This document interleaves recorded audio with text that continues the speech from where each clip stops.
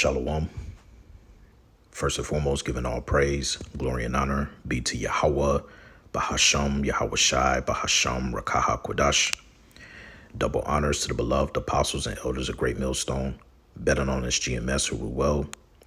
Peace and salutations unto the hopeful elect, the tabernacle of David, starting with the 144,000 and the rest of the men, women, and children out of the 12 tribes whom Yahweh Bashem Yahweh Shai will ultimately have mercy upon. I'm your brother Matazaba from the branch of the Great Millstone here in Melbourne, Australia. And as you can see, the title of this lesson is going to be Amalekite Tourists Get Banned from Asian Countries, Despised Among the Heathens. All right. And this comes via way of this video that popped up on my YouTube feed yesterday morning from CJ Werleman Show. And he titled the video he's done, Zionist Free Zones, Asian Countries Ban Israeli Tourists. All right. Now, this is fair use. All right. I'm not using this video for any profit gain or whatsoever. Strictly using it from a teaching standpoint and edification purposes. All right. This is fair use. Let's let this play. Let's get into it. Don't let the mainstream media fool you into believing the non-Muslim world supports the state of Israel, as it manufactures phony and fake solidarity for the world's most barbaric regime. The truth is, everyone now hates the Zionist state. I mean, take a look at this stunning new poll, which shows a whopping 2/3 of Europeans now hold an unfavorable view towards Israel. But these numbers tell only one part of the story. The other being that the entire world not only hates the Israeli government, but also the people of Israel, for the simple reason that everyone now understands that ordinary Israeli citizens are indistinguishable from their demented and deranged leaders. Right, because ultimately what, people are starting to wake up to, and really it's the spirit of Yahweh Bashem Yahweh Shai that has come down, all right, to bring judgment on the earth to these devils, all right, as the scripture says in the book of Jeremiah. Esau is being made bare. Let's start off with that precept if we can. All right. Let's get Jeremiah chapter 49 and verse 10. And it reads, "But I have made Esau bare. I have uncovered his secret places, and he shall not be able to hide himself. His seed is spoiled, and his brethren and his neighbors, and he is not." Now, I want to take a look at that word bare in the Hebrew. Strong's H 2834. Chasef. All right. Outline of biblical usage says to strip off, lay bare, make bare, draw out. All right. To draw water, skim, take from the surface. All right. Strong's definition actually says to strip off, generally to make naked for exertion or disgrace. All right. Keep that word disgrace in mind. It says to drain away or bail up a liquid, make bare, clean, discover, draw out, take, uncover. Remember, we are in the time of the man of sin being revealed. All right. And his name is Esau Edom. All right. But let's remember this word disgrace. OK, keep that in the back of your mind. All right. Let's continue. With a new survey finding that 82% of Israelis support the genocide of Gaza and that 56% support the ethnic cleansing of Israel's Arab population. These numbers reveal the darkness and evil that lurks within Israel's troubled soul, especially when you contrast this data with the fact that only 30% of Germans lended their ideological support to the Nazis and the Holocaust.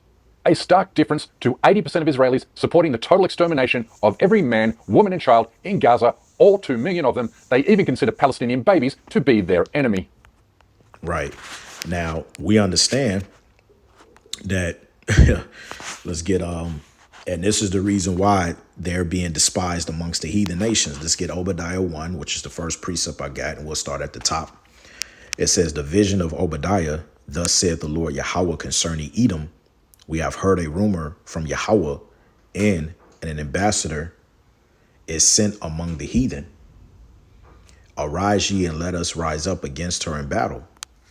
Verse 2, "Behold, I have made thee small among the heathen.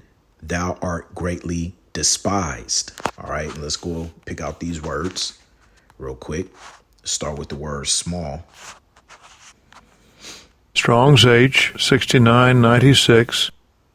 Katan. Catan. Gesenius Lexicon. Catan. Catan. Second entry. Caton. Caton. All right. It means young, small, insignificant, unimportant. All right. Strong definition says literally in quantity, size, or number, or figuratively in age or importance. All right. Now, when we pick out the word despised, also, Strong's H 959. Baza. Baza. it says to despise, hold in contempt, disdain, to despise, regard with contempt, to be despicable, to be vile, worthless. All right. Strong's definition also says to disesteem. All right. To despise, disdain, contemptible, think to scorn, a vile person. Okay. And these people, even when you get Job, the 30th chapter, okay, in verse 8, it says they were children of fools, yea, children of base men. They were viler than the earth. Now, what does it mean to be viler?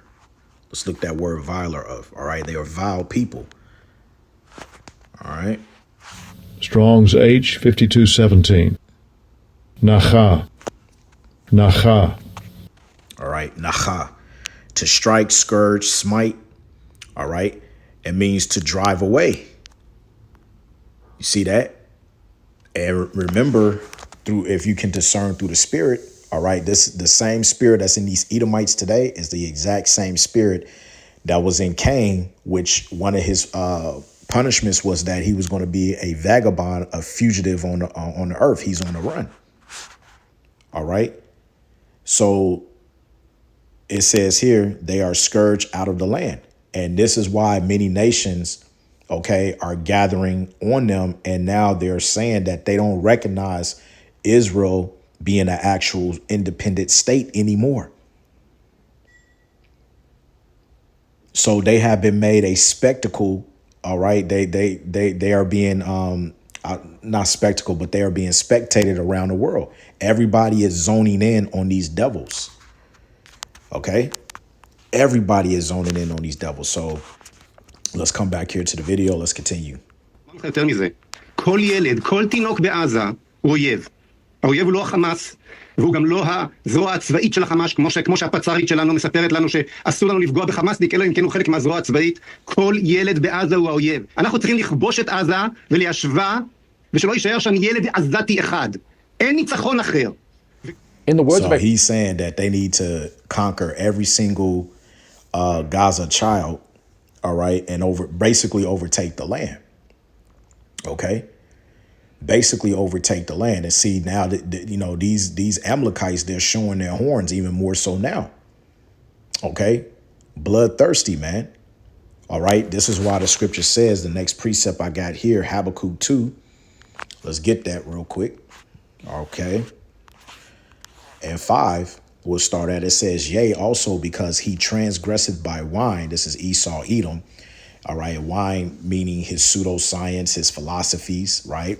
He is a proud man, neither keep it at home, who enlargeth his desire as hell and is as death and cannot be satisfied, but gathered unto him all nations and heaping unto him all people. Okay. So here it is. All right. The Lord allow for you, as your blessing was in Genesis, the 27th chapter, that you will have the fatness of the earth and the dew of heaven. We understand that it was said to Abraham that he was going to get basically the promised land, which also is the fertile crescent. OK, best part of the land. All right. Here it is. Esau has a small portion of that. All right. And now they're trying to do what they describe as ethnic cleansing. All right. You're driving these Ishmaelites out. Right. And that's why the Bible also says, we'll come back to Habakkuk, but let's go from there to Isaiah chapter 26 and 10. OK, 26 and 10, which says, let favor be showed to the wicked, the Edomite, yet will he not learn righteousness. In the land of uprightness, which is what? The land of Israel, will he deal unjustly and will not behold the majesty of Yahweh. But these are the same individuals that call themselves the people of God. Here it is, you're in the land of uprightness, but look at what you're dealing, man. You're unaliving at an enormous rate, man. And you're dealing unjustly, as the scripture says, man. You do not behold the majesty of Yahweh, as the scriptures also says. Let's get Psalms 10. All right. And 4. It says, the wicked through the pride of his countenance will not seek after power. The Most High is not in all his thoughts, man. You people, you don't know Yahweh B'Shem Yahushua, man. You don't fear the Lord. You don't even go by the Torah. You just use the Torah as a front. You use the whole entire Bible as a front, okay? Only a means to use it for your benefit, right? But then at the same time, you go by what's known as the Talmudic, which has nothing to do with the scriptures. That's why the Bible even says in the same book, let's get Psalms, Psalms 50 and 16. All right. I'm going to read it in the AMP. It says, but to the wicked, the Most High says, what right have you to recite my statutes or to take my covenant on your lips? For you hate instruction and discipline and cast my words behind you, discarding them. That's these damn devils, man. But they're using the Bible as a front for ethnic cleansing. You had Benjamin Netanyahu, who said, what was it, a year or 2 years ago? During the October 7th, 2 years ago now, he called the Palestinians Amalek. No, you're Amalek, Benjamin Netanyahu, not a Jew. You're Amalek. Right now, we understand because those so-called Palestinians, they're not the real Palestinians. They're converts. All right. They're a mixture of Edom and Ishmael. OK, and you have a little bit of Elam mixed in there, too. Remember, the scripture says what? Let's get Zechariah 2. All right. And what was it? Zechariah 3. Zephaniah 3. Salakia. Let's get Zephaniah 3. And let's see here. What is it? Zephaniah 3? Let me type it in.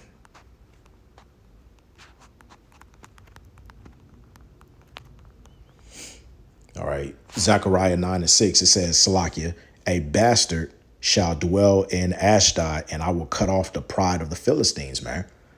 OK, that's how you know that we're not in the land. A bastard shall dwell in the land of Ashdod. OK, Ashdod is located in the land of Israel. OK, so let's come back to this. Former Israeli president, Israel is a truly sick and depraved society in need of urgent treatment. His sentiment shared by a former general who admits his country murders Palestinian babies for sport. When there is a war, it doesn't matter who your enemy is. You need to destroy their offspring to prevent them from creating more offspring. People in Gaza need to die. Is that seriously what you think? I am killed 2 people Palestinian. I'm in the army, boom, 2 people. 2 Palestinians? Yes. And you're happy about it? Yes, of course. I would kill more. Not even. You see? Now, these people, as you know, see, this is why the Lord said, let's get Isaiah 14 and 21, because this is what the Lord said about them and their children. Isaiah 14 and 21, prepare slaughter for his children for the iniquity of their fathers. Why? Because you are of your forefathers coming back in a regeneration. Every 3rd or 4th generation, you come back and basically you doing the same shit.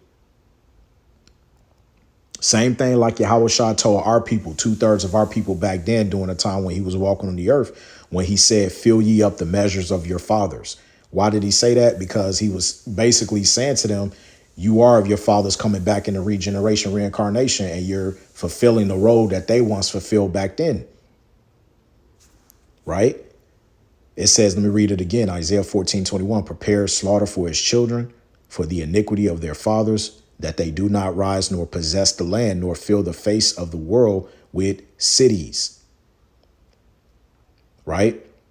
Because when you guys came in, you builded the city with iniquity and with bloodshed. Same thing that you did in America. When you came over and met the Northern Kingdom, and what did you do? You annihilated them, man. So much so that you nearly cut off the whole tribe of Reuben. That's why Moses, given the blessing in Deuteronomy, the 33rd chapter, pertaining to the tribe of Reuben, said, let Reuben live. Why? Because all of those treaties that you signed, okay, with the so-called Indians, okay, you reneged and nearly went and reversed all of those treaties, man. But our people want to sit up here and join hand in hand and talking about something we all bleed the same thing. What about the so-called white man? Is he going to make it into heaven? Through, man. All right. Let me cross that off. We'll get Malachi later. Let's continue.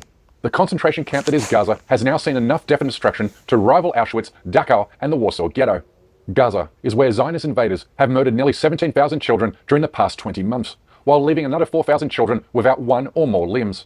But if ordinary Israelis actually believe the world will just simply forgive and forget the genocide they are committing and the genocide they support, then they're about to be hit between the eyes with the rudest of all shocks, as an ever-expanding list of countries moves or threatens to ban Israeli tourists from their respective shores. This trend was set in motion several months ago, when we revealed how a growing number of Western democracies have proposed or passed laws to ban members of the Israeli armed forces, a move that has since encouraged Asian countries to deny visas to all Israeli passport holders, who have long been banned from Malaysia, Bangladesh, Pakistan, and Indonesia, with the island archipelago nation the Maldives joining this list last year when it moved to ban all Israeli tourists over the Zionist army's continuing atrocities. Yes, you read the headline correctly. The Maldives announced today that Israelis are now banned from entering the country because, quote, the continuing atrocities and ongoing acts of genocide committed by Israel against the Palestinian people. Today, a growing number of Asian countries are making moves to follow the example set by the Maldivian government. But not only to punish the state of Israel for committing genocide, but also to punish Israeli tourists who have become a growing menace and threat towards locals and other visitors. So much so that Thailand has launched an AI chatbot to address concerns of Israeli tourist conduct, with one Thai government spokesperson saying his country is fed up with Israeli troublemakers. Even Israeli newspapers are quoting Thai restaurant owners who claim large groups of Israeli tourists regularly order up table loads of food and booze before skipping out on paying a bill and running away into the night. A regular occurrence that has created a strong anti-Israel backlash among Thai business owners who have started putting up posters around popular tourist towns which either accuse Israelis of taking a break from genocide to party in Thailand or advertise that Israelis are no longer welcome. This anti-Zionist campaign gathered momentum last month when an Israeli tourist insulted Thai locals after refusing to remove her shoes before entering a local restaurant. You are not welcome here. That's enough. I'm sorry, but your money, but my money, okay, build your country. Oh, wow. Okay. Wait, Israeli tourist money goes towards building Thailand? Good grief, her people aren't even paying their restaurant bills, so give me a break. They behave like this on vacation, while their military is bombing and completely destroying every hospital and medical clinic in Gaza, while also her fellow travelers are raiding hospitals in Asia. That's right. 4 Israeli men were fined 3,000 baht each for causing a disturbance at Pai Hospital in Mae Hong Son. They attempted to enter the emergency room without permission while their injured friend was being treated. When denied entry, they became disruptive, forcing security to remove them. Police charged them under Section 397 of Thailand's criminal law. Hospital staff reported repeated disrespect, refusal to follow medical instructions, smoking in the hospital, and evading fees. Locals also expressed frustration over their behavior and alleging illegal work and unlicensed motorcycle use. Apparently, it's not the first time as well. There's been a lot of chaos being caused by Israelis down in that area. So, yeah. These and see, the Bible speaks about that behavior. All right, let's get Psalm 73, okay, and 5. Because, see, the reason why nothing can be had to them is because you're put into a position where if it seems like they're being targeted based upon their behavior, when you're trying to check them and doing the right thing, which they can't be checked, okay, because they were created to be the wicked. All right, if you try to point them out of what they're doing by their behavior, then you'll get labeled anti-Israel. I'll just say that. So this is Psalm 73 and 5. It says, they are not in trouble as other men, neither are they plagued like other men, because they get let off with a slap of the wrist, man. And if you try to come after them based upon what they did, you'll be labeled an anti-S, if you get my drift.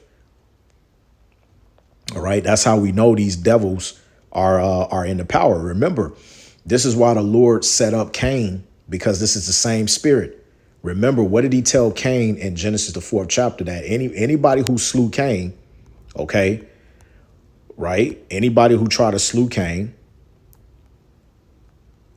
all right, vengeance shall take unto him sevenfold. This is Genesis 4:15. It says, and Yahweh said unto him, therefore, whosoever slayeth Cain, vengeance shall be taken on him sevenfold. Even Yahweh set a mark upon Cain, lest any finding him shall kill him. And that mark was stripping his pigmentation away. All right. That's why we know through the spirit that the same spirit that's in Cain is in Esau, Edom today, because when Esau was born, what did his father Isaac call him? Ishashwa, which means what? Wasted away is he. Okay. Because when Esau was born, he was born without pigmentation. You see? That's why the Lord said that. That's why Cain said he should be a vagabond and a fugitive on the planet Earth. Esau's doing the same thing. And you may ask, well, how is that possible? Well, this devil is going around disguising himself to be everything else under the sun rather than his biblical name be that of the Edomites. They're calling themselves Americans, Israelis, Canadians, French, British, Australians. Every place where they have conquered, as the scripture says, let's get the book of Psalms 49 and 11 real quick. It says, their inward thought is that their houses shall continue forever, and their dwelling places to all generations.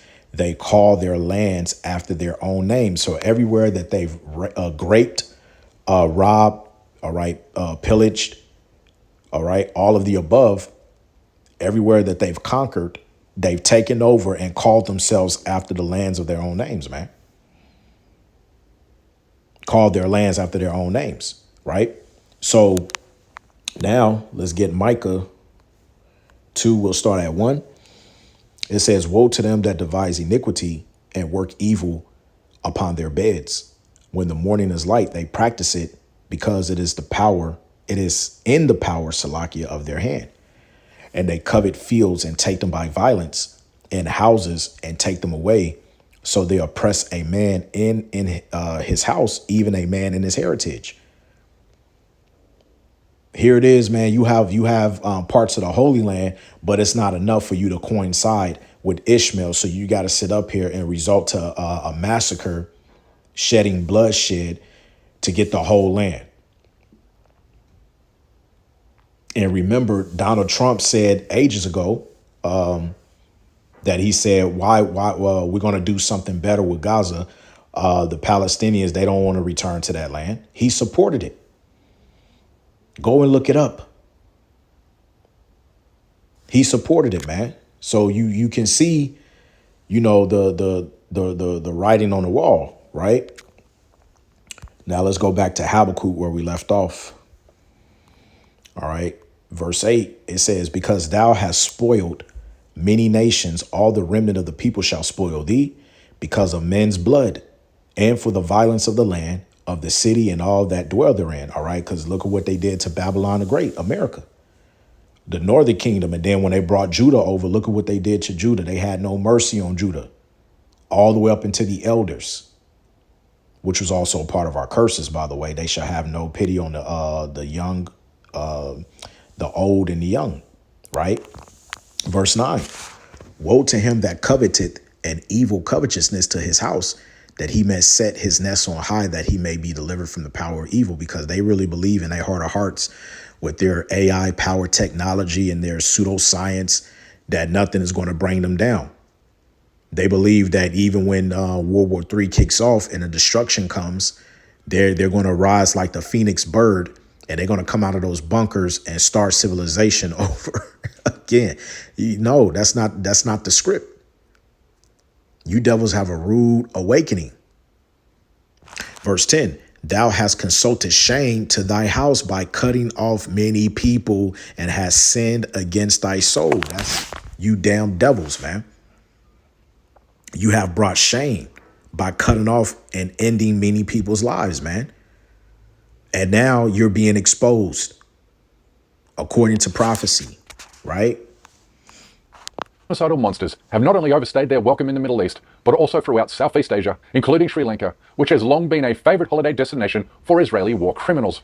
This article from an Israeli newspaper is dated the 28th of March, in which it says, and I quote, "A growing influx of Israeli tourists, particularly those with military backgrounds, is fueling tension in the Southeast Asian Sri Lankan coastal town of Aragon Bay, prompting concerns among local residents, business owners, and community leaders about foreign influence, gentrification, and cultural friction." End quote.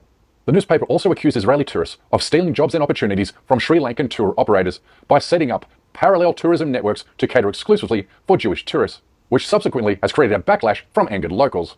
And police in Sri Lanka have arrested 3 people on suspicion of plotting an attack against Israeli tourists. Public Security Minister Vijita Herat said on Thursday that the arrests were made in the eastern coast surfing resort of Aragon Bay. The minister said all 3 suspects arrested by the Terrorism Investigation Division of the police are Sri Lankan nationals. Israelis are hated almost everywhere because they have made themselves indistinguishable from Netanyahu in lending their total support to the extermination of every Palestinian man, woman, and child. For this reason, hotel and restaurant owners in Asia and beyond are making it known that Israeli tourists are no longer welcome. In Japan, Israelis are forced to declare they have not participated in genocide, while hotels in Europe just straight up ban them from setting foot on their properties altogether. There's just no turning back for Zionists, certainly not when 82% support the worst genocide of the 21st century. The metaphorical cat is out of the bag, because we now see these people clearly for who and what they are. Now watch a group of Israeli tourists verbally assault and threaten an Australian man in Thailand over his support for Palestine. Where are you from? Israel. I know. Viva Israel, you know? You love Palestine? I love Palestine. So chill. I'm sorry, what? Listen. First thing first, don't talk about my mom. That's one thing. Secondly, respect yourself. Fuck everyone, you know, not people. Respect yourself. Fuck everyone. Go back, man. Go back. Take the vlog. Go back. We're eating something. Okay, you're eating. Time to sit. Sit down. Sit down, brother. Dave, take this off, man. Sit down, brother. Sit down. Sit down. Okay. Talk to him. You talk to me. You talk to me. You don't talk to you. You talk to me. And see, for you younger Jakes out there, especially if you go to camp, because I've had it happen to me, all right? If somebody come up and asks you, who do you go for, Palestine or Israel, you just keep your mouth shut. You just say that it has nothing to do with me. I don't know neither. I only know what the scripture says, all right? That's it. You keep it as that. You don't get involved, man, all right? We're supposed to be circumspect when we out here, okay? Wise as serpents and harmless as doves. All right. So let's get ready to close out.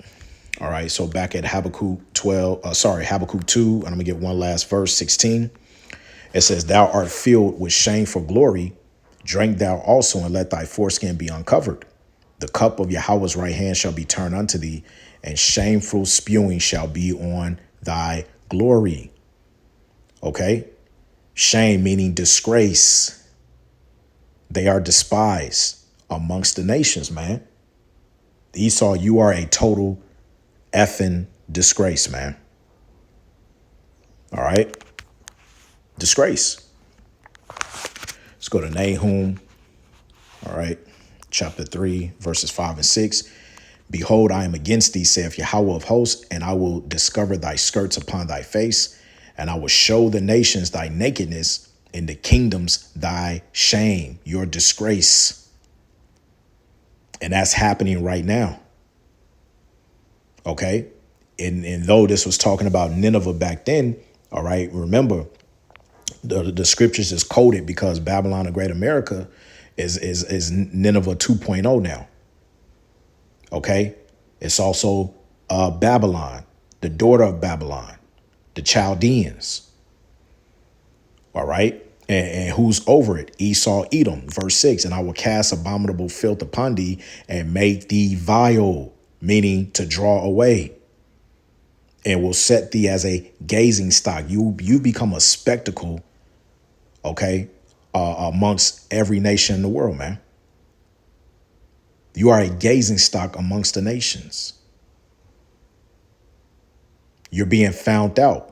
The man of sin is being revealed, as the scripture says, right? Because ultimately, let's get Numbers 35, 33. And it says, so ye shall not pollute the land wherein ye are, for blood it defileth the land, and the land cannot be cleansed of the blood that is shed therein, but by the blood of him that shed it. That's why it tells you in Revelation 13 that he that killeth with the sword must be killed with the sword. Here is the patience and the faith of the saints. This is what we're patiently waiting for. Both America and Israel is going to be destroyed. It has to be, because it has to be cleansed by the blood of him who shed it. Who was that? Esau, Edom. That's how you know who the people are over there in the Holy Land today, man. The scriptures tells you that in Ezekiel, the 35th chapter. Let's get that. They have possessed the land. All right. Ezekiel 35:10, because thou hast said, these two nations and these two countries shall be mine, and we will possess it, whereas Yahweh was there. Yahweh put his name in Jerusalem. Jerusalem is a people first before it's a place, but he chose in that land pursuant to 2nd Esdras, the 5th chapter. And the Edomites, they took over that land. When you go over to Ezekiel 36:5, therefore thus saith the Lord Yahweh, surely in the fire of my jealousy have I spoken against the residue of the heathen and against all Idumea, which is Edom, which have appointed my land into their possession with the joy of all their heart, with despiteful minds to cast it out for a prey. So, hey, that's what it is. All right. So we don't need no more on that. I'm gonna just end it all there. But hey, man, we here. All right. And let the prophecies, Abaratazak, continue to speed up. All right. Expeditiously, as my man T.I. used to say. All right. But yeah, you are a disgrace among the nations, man. All right. So let's continue to keep an eye on this and see how this pans out. So with that, I'm going to end it, giving all praise, glory, and honor be to Yahweh, Ba'ashem Yahweh Shai, Bahasham, Rakaha Kwadash. Double honors to the beloved apostles and elders of Great Millstone, better known as GMS Ruel. Peace and salutations unto the hopeful elect, the tabernacle of David. And so on to the next, Lord's will. Shalom.